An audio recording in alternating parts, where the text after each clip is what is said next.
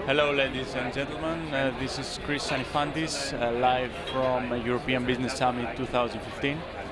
We have the pleasure today to have Mr. Gordon Ching, Chief Digital Officer and Global Vice President of Digital Marketing of AIESEC. Welcome to our pavilion. Well, first of all, I would like to start with asking you to tell us a few things about AIESEC. How did the original idea began in the first place, and which are your main goals and programs? So AIESEC began in 1948, actually at the end of World War II, and the whole vision behind it was the fact that the world wars of the future could be prevented if young people around the world had the chance to see cross-cultural experiences. So a few college students from Western Europe actually started AIESEC, and it began in this small region, and now it's present in over 126 countries and territories. And our whole purpose is really to provide young people with really transformational leadership experiences, stretching across volunteering experiences, professional internships, to even experiential learning on the kind of university level. And all of these things we do run by young people for young people. And our core purpose is really to provide those young people those chances to see the world, experience it, and understand how they can change the world.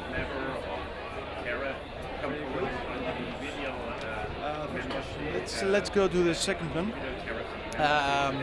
The European youth unemployment keeps on rising, as you know, dramatically. Could you tell us, and be it referred in figures if you know, how effective are your programs, AIESEC programs in internship front?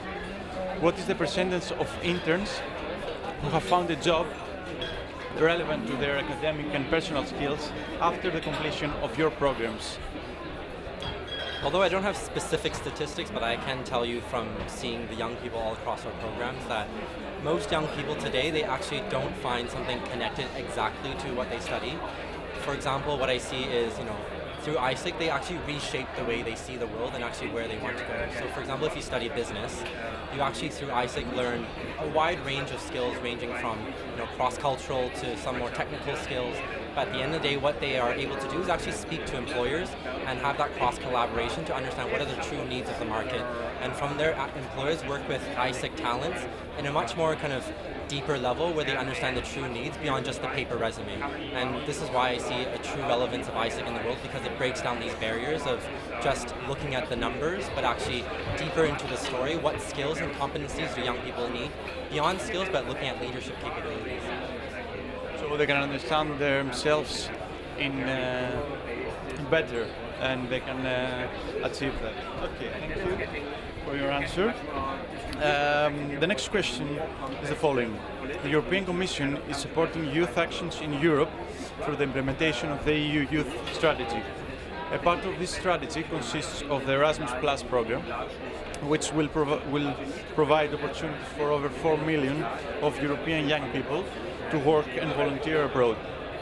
How is AIESEC connected and affected by Erasmus+?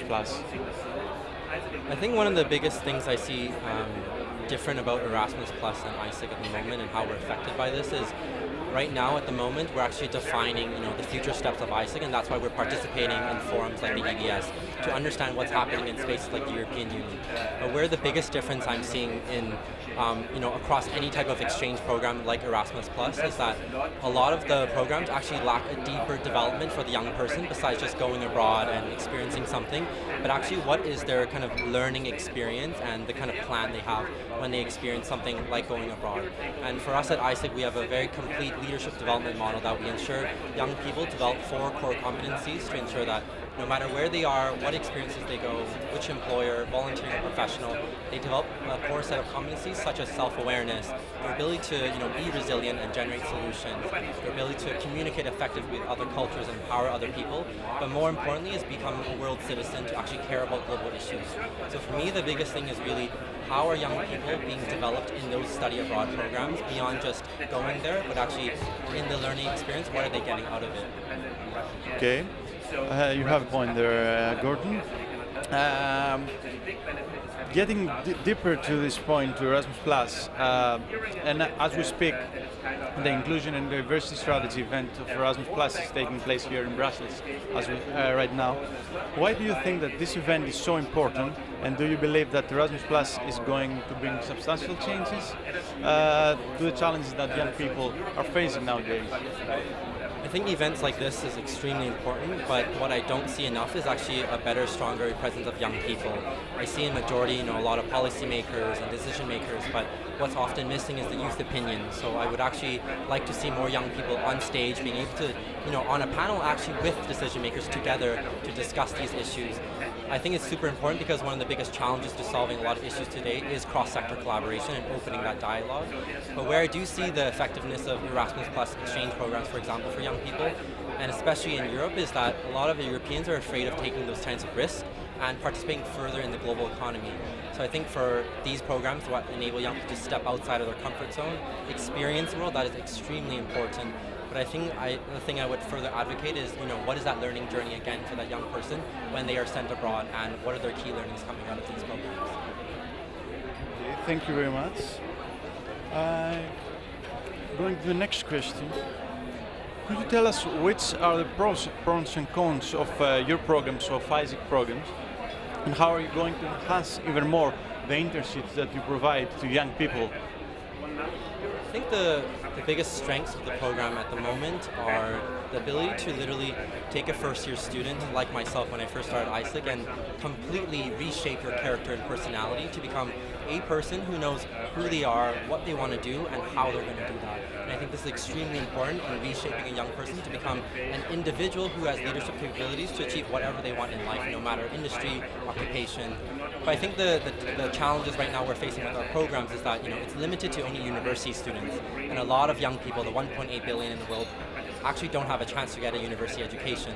So the downfall is that I think number one is accessibility, and one of the biggest things we're doing right now is actually reassessing AIESEC and how can we make AIESEC even more accessible for every young person in the world so we can develop them and provide them with these life-changing leadership opportunities. So you have something to tell us about how exactly are you going to approach this, and maybe put some programs for college people, college young people?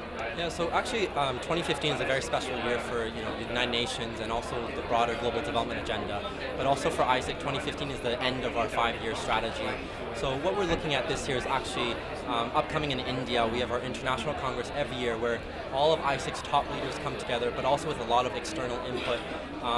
Where we'll also be in December launching a key event with the United Nations Youth Office to actually understand what are the biggest needs of young people today, where are they struggling, and how can we unlock our programs to be more accessible. So maybe it's looking at things as programs that actually don't require any payment. Maybe it's looking at how can young people go work at startups and gain those type of experiences outside the corporate sector. And I think the biggest thing at the moment is really accessibility and opening that up to even college students and even early programs for high school students where they can at least start with awareness, because I think that's one of the most important parts. Yes, true. That's true, Gordon. For you, which member states do you think that more help is needed regarding youth employment, and how are you planning to provide such support? You could name 2 or 3 if you... I think when I think of unemployment in Europe, I'm looking at Greece, I'm looking at Spain, Italy. I think these kind of southern parts of the European Union are definitely very high in youth unemployment, 40 to 50%. And I think it's a big challenge because, I was just recently in Spain. I was talking to some of these young people. They're telling me, I'm in a job right now, but I'm too afraid to leave because I really don't know what I want to do in life. Or another young person that I was talking to, she's like, I'm in a job right now, but I am completely unaware of what strengths I bring to the table. I don't know myself, and I don't know how to contribute to the market. And for me, it's looking at how do we actually start earlier for these university students to see this concept of self-awareness is probably one of the most important, no matter where you go in life. And for AIESEC, it's actually, we're now beginning to launch this leadership development model that I just mentioned into all of our core programs and actually work with other youth organizations, actually with universities to actually advocate on why leadership development is so important today. And especially in places like Spain, Greece, Italy, where youth unemployment is so high, is having young people to have that individual belief in themselves and also in seeing how they can contribute to this world. So I think it really begins on that individual transformation. Okay, and you also invest outside the European Union, isn't it? Do you think that more help is needed within the EU or outside of the EU? What's your opinion?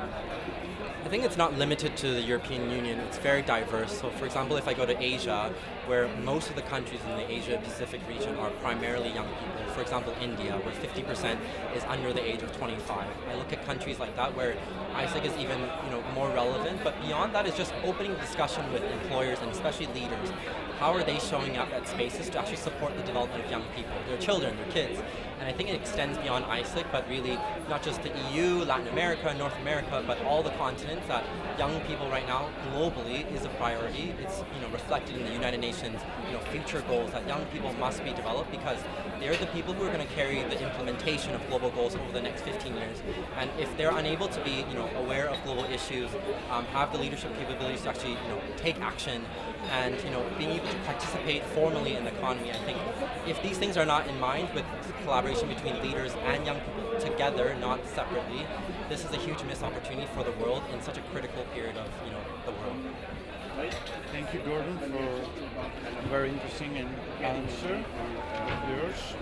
Last question for you is the following.